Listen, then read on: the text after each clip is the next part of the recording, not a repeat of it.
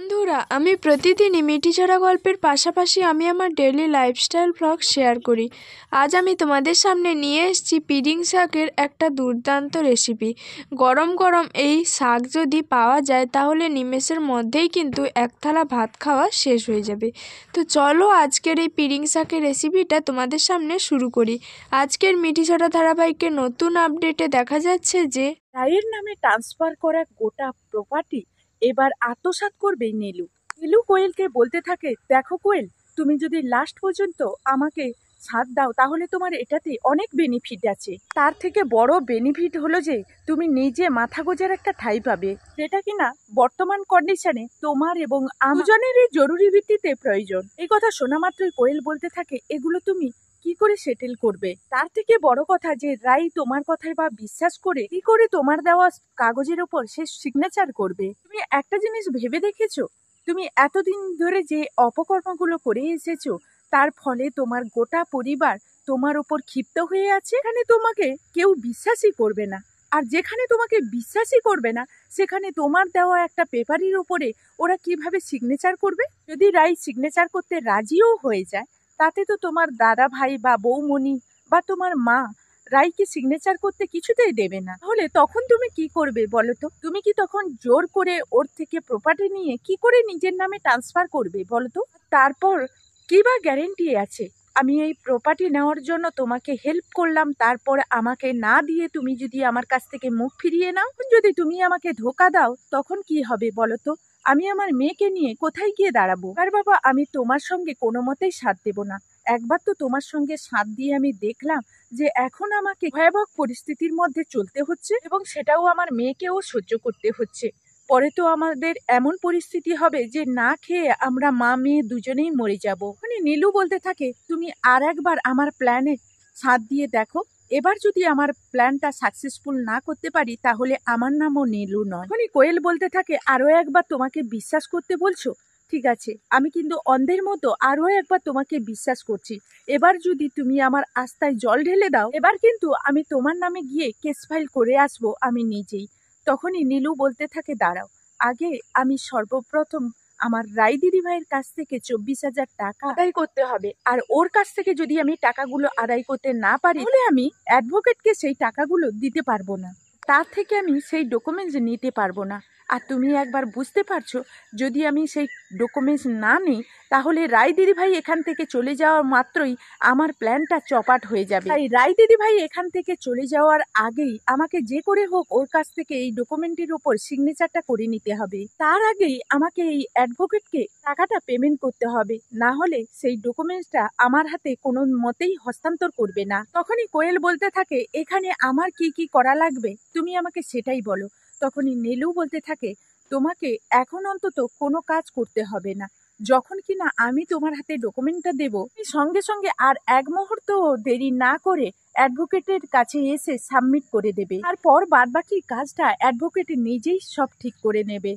একবার শুধু আমার নামে প্রপার্টিটা ট্রান্সফার হয়ে যাক, তারপরে দেখবে কি করে আমি আমার গোটা পরিবার আর অনির্বাণ দাদাভাইয়ের গোটা পরিবারকে নাকে দড়ি দিয়ে ঘুরাই। কারণ ওরা আমাকে যে পরিমাণে অপমান অপদস্থ করেছে আর আমার গোটা পরিবার যে পরিমাণে আমাকে হেনস্থা করেছে, তারপরে ওরা আর যাই হোক না কেন ওরা যথেষ্ট পরিমাণে এই জিনিসটাকে নিয়ে ভাববে। তাই দিদি ভাই, আমিও এবার দেখব যে আমার নামে ট্রান্সফার হওয়ার প্রপার্টিটা কিভাবে তুই অনির্বাণ দাদা ভাইয়ের কাছে আরেকবার ফিরিয়ে দিস। তো বন্ধুরা, এই ছিল মিঠিঝরা ধারাবাহিকের নতুন আপডেট।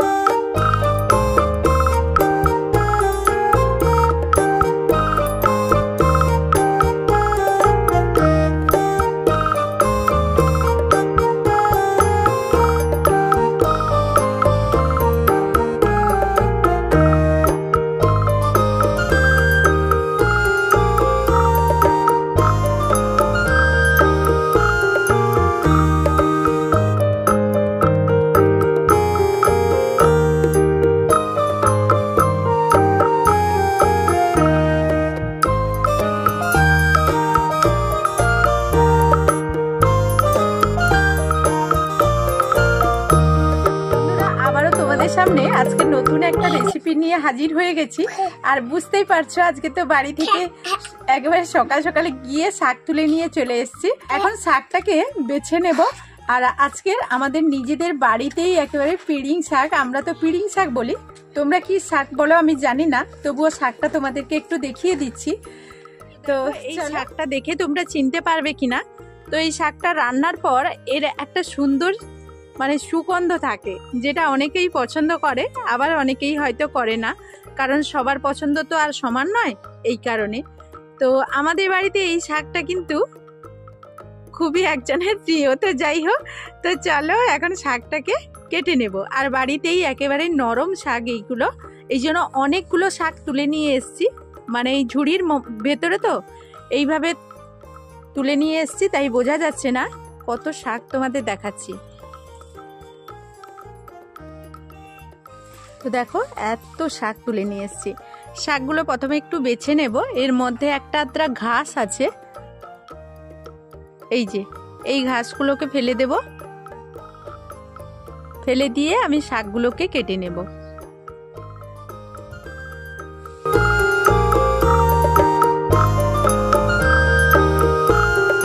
এখন আমি শাকগুলোকে মোটামুটি ভাবে বেছে নিয়েছি, আর এখন এগুলোকে ছোট ছোট করে কেটে নেব।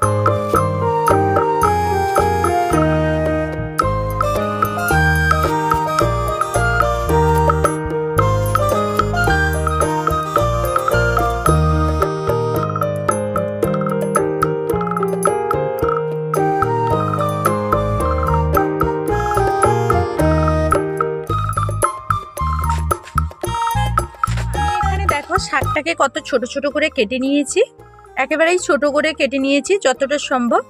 তো এরকম ছোট করে কেটে নিয়েছি। আর এই দিকে দেখো আমি ছোট ছোট টুকরো করে বেগুন একটা আর একটা আলু এখানে কেটে নিয়েছি। আর আমাদের বাড়ির শাকটা এটা ওজন হিসেবে হয়তো 1 কিলো হয়ে যাবে, কিন্তু যেহেতু বাড়ির শাক তো ভীষণই নরম শাক, কিন্তু বাজার থেকে যদি কিনে নিয়ে আসো তাহলে তোমরা শাকের পরিমাণটা একটু দেখে, পরিমাণটা যেভাবে নেবে আলু আর বেগুনটাকেও সেইভাবে বাড়িয়ে নেবে কিংবা কমিয়ে নেবে যদি শাকের পরিমাণ কম নাও।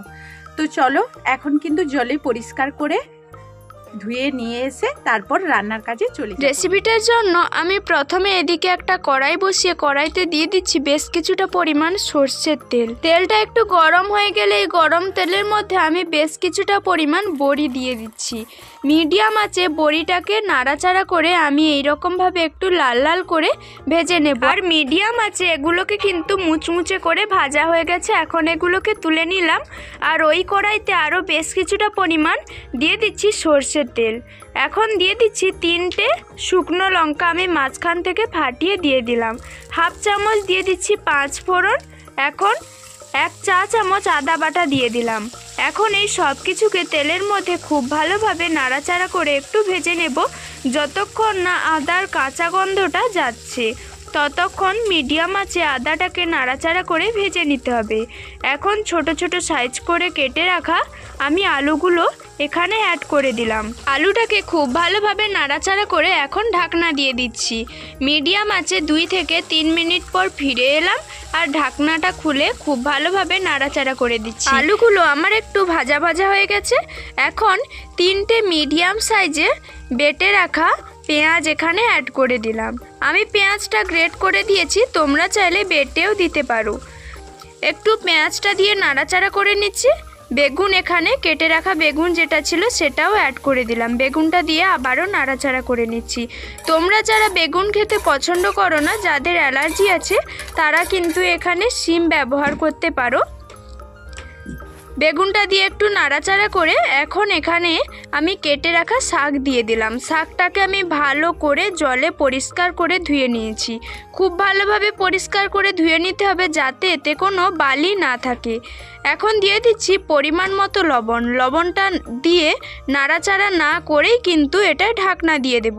আমি নাড়াচাড়া করিনি, ঢাকনা দিয়ে 2 থেকে 3 মিনিট পর ফিরে এসেছি। আর শাকটা কতটা নরম হয়ে গেছে দেখো, কতগুলো ছিল আর কতটুকুন হয়ে গেছে। একটু নাড়াচাড়া করে নিচ্ছি। আর যেহেতু বাড়ির শাক সার্ভিস কিছুই নেই, তাই অনেকটা পরিমাণ জল বেরিয়েছে। খুব ভালোভাবে নাড়াচাড়া করে এগুলোকে কিন্তু আমি ভেজে নেব, জলটা শুকনো শুকনো করে নেব।